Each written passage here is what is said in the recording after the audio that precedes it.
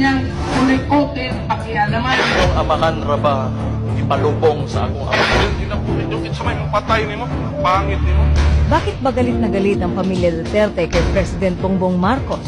Bakit milyon-milyon ang kanilang ibinabayad sa mga bayarang vloggers na gaya ni Trixie Angeles, Byron Cristobal alias Banat B, Claire Contreras alias Maharlika, at Reset Chu upang siraan ang Administrasyong Marcos? Simple lang ang sagot dyan. Rewind tayo saglit at alamin kung kailan nagsimula ang atake ng mga Duterte kay BBM.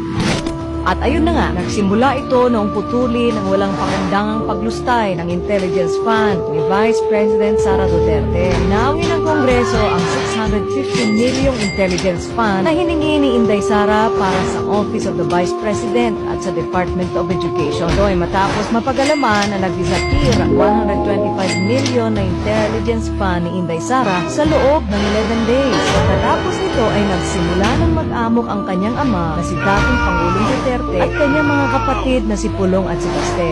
Lalo pang nagwala ang mga Duterte noong imbestigahan ng mababang kapulungan ng mga fake news ng Sunshine Media Network International na pag-aari ng kanilang best friend na si Apollo Kibuloy.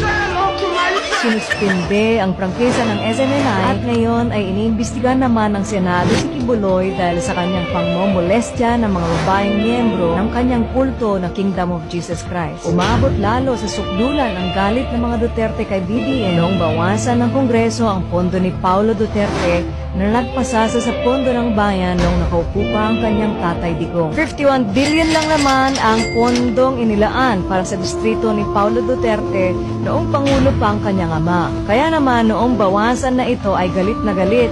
Gusto pang pagbitiwin sa pwesto ang Pangulo. Sa madaling sabi, galit ang mga Duterte sa Administrasyong Marcos dahil sa pera at kapangyarihan. Ang kakapal mooks